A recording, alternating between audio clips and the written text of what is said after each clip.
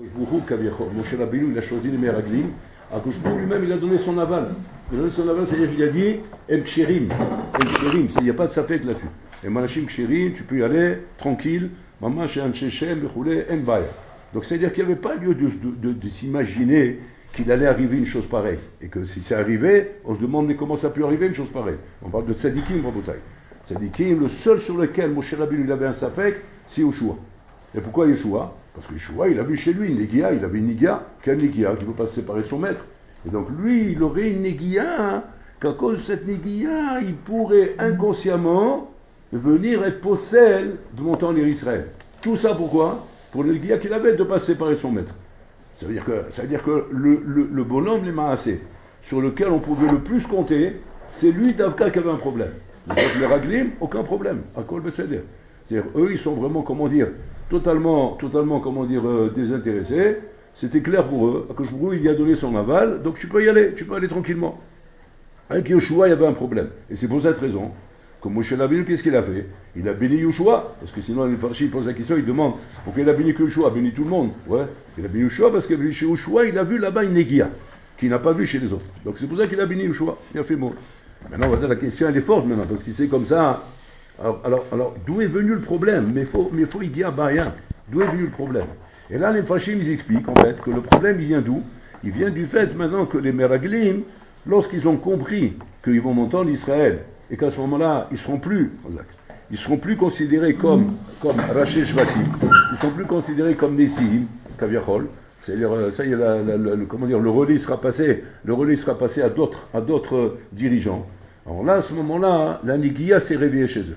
Alors la question, elle est comme ça. Bon, ok, maintenant, ça veut dire que maintenant, sauf, on a une Négia même chez eux. Mais ça l'est. Mais on parle de Tzadikim, Rabotai. On parle de Tzadikim. C'est-à-dire qu'imagine-toi maintenant, on parle du Gadol Ador. On parle de Tzadikim, c'est-à-dire on parle de Gdolé Ador. Si tu parles du Gadol Ador, est-ce que là-bas aussi, il existe cette idée de dire que Haz Shalom, une Négia peut être Meshabesh autour? Parce qu'il y a des cas, Meshabesh, ta Gadol Ador avec une Négia, on ne s'en sort plus, Rabotai. Parce que la Négia, c'est quelque chose qui s'attrape très facilement comme un virus. Comme un virus, on attrape une Négia. Une Négia, c'est pas quelque chose de, qui sort de l'au-delà, qui vient de la planète Saturne. C'est un truc dans la vie, très facilement, on attrape une Négia. Et très facilement, d'après ce qu'on est en train de dire, la Négia, Meshabesh et Tetarosh Elcha. Tu n'es plus en état de pouvoir raisonner, réfléchir, rouler. Tu es Mishubash complètement. Un Oga Badavar, il n'est pas sous les doutes, donc on ne peut pas leur faire confiance à Boutaï.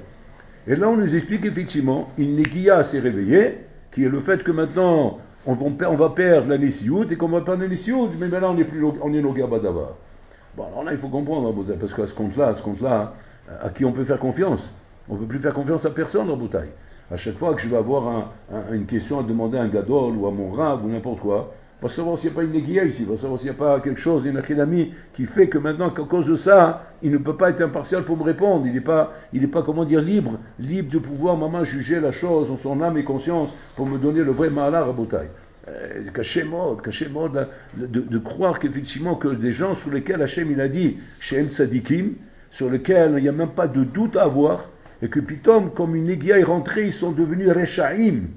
On ne parle pas, ils ont juste un problème de pouvoir bien juger les choses. Non, Rechaim, Barmenan, ces bonhommes, ils sont à l'origine, Rabotai, de tout le Chorban Betan Gidash, de tout le Chorban de Israël, de tous les Tsarot qui viennent à partir de Tchabéab, parce que c'est à Tchabéab qu'ils sont revenus, qu'ils sont mis à pleurer, que Hachem il a dit, vous pleurerez maintenant, parce que vous avez pleuré pour rien, vous allez pleurer pour quelque chose, rouler. Donc on voit que le Chorban, il est sorti de ça, Rabotai, un Chorban, de quoi? Du Négia. De quoi? Comment on fait pour se sauver de ça?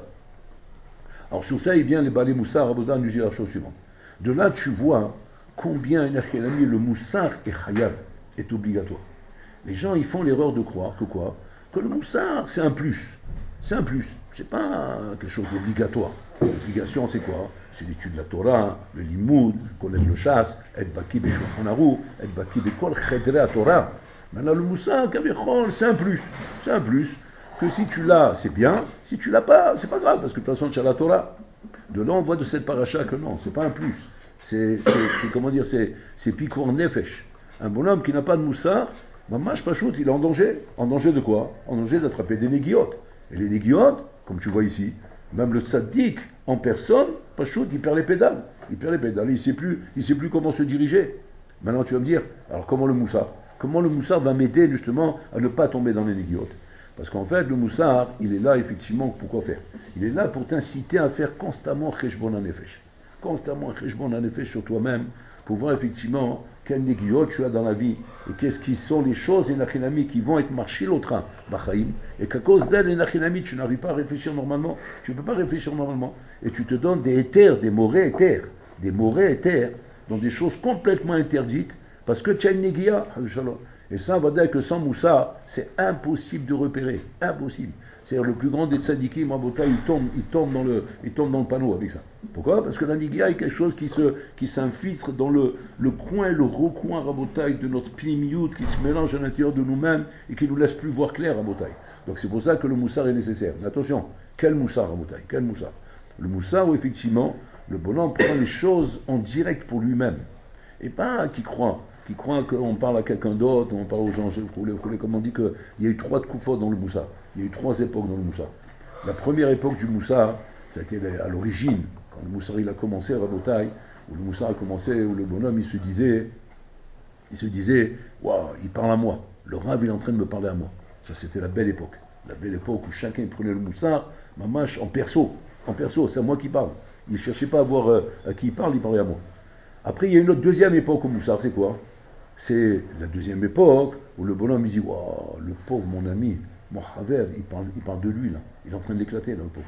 Il est en train de se faire éclater. C'est la deuxième époque de Moussa, où le bonhomme déjà il croit pas qu'on parle à lui. Il cherche à voir de qui on est en train de parler. Et il a en tête tout un listing de bonhommes. Il parle de lui, waouh, les pauvres sont en train de se prendre dans la tête une tarte à Shem Rahel. Ça c'est la deuxième époque. Troisième époque du Moussa Rabotai, c'est l'époque, la dernière, celle qu'on vit aujourd'hui. C'est le bonhomme qui est revenu à dire non, il parle de moi le Rav, mais je te dis pas ce qui va y arriver à la sortie. Je te dis pas ce que je vais lui faire après le Moussa. C'est-à-dire ça, c'est la troisième époque. Je sais qu'il parle de moi, mais je ne suis pas Mekabel, ça Torah, je ne suis pas Mekabel son Moussa. Et après, je vais m'occuper de lui. Ça, c'est la troisième époque. On voit de là, Rabotai, comment le Shalom, avec le temps, on s'est écarté de la toilette du Moussa. La toilette du Moussa, justement, c'est comme la première époque, que le Moussa me parle à moi, et que je dois avoir ces choses-là, pour pouvoir ne pas tomber, Haz Shalom, dans les nigiot. Les nigiot, c'est la chose la plus mortelle qu'il y a chez un Ben Adam qui veut travailler sur lui. La nigia, c'est la chose qui te trompe complètement birlal sur le chemin que tu veux prendre, et que même si tu es un grand sadique, tu vas te perdre là-dedans. Donc on n'a qu'une solution, Rabotai, c'est l'ilmol Moussa. Et donc c'est ce qu'il a fait Kalev Ben Yefoulé. Kalev Ben Yefoulé, il est parmi les Meraglim. Lui aussi, il n'a pas eu la bracha de Moshe Rabbeinu. Et donc il peut attraper la nigia de tous les autres, Rabotai. Qu'est-ce qu'il a fait, Kalev Ben Yefoulé, tout de suite? Avant de commencer à explorer la terre d'Israël, il est parti pèleriner sur les tzadikim. Il a été pèleriner les tzadikim.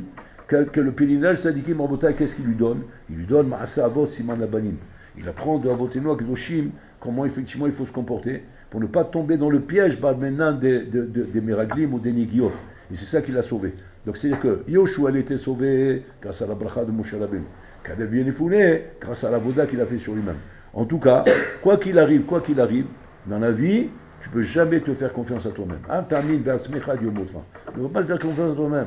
Même là où tu es persuadé que tu as raison, que c'est nachon, dans la majorité des cas, tu as une négia. Et cette négia, elle te fait défaut. Donc tu vas dire, comment on fait alors? Et tu dis du moussa, et repère la négia qu'il peut avoir chez toi. Parce que des négiotes, il y en a des tonnes. Repère-la au moins. Au moins, ça, se met le doigt dessus. À ce moment-là, en repérant la négia, tu vas savoir faire attention. Amen.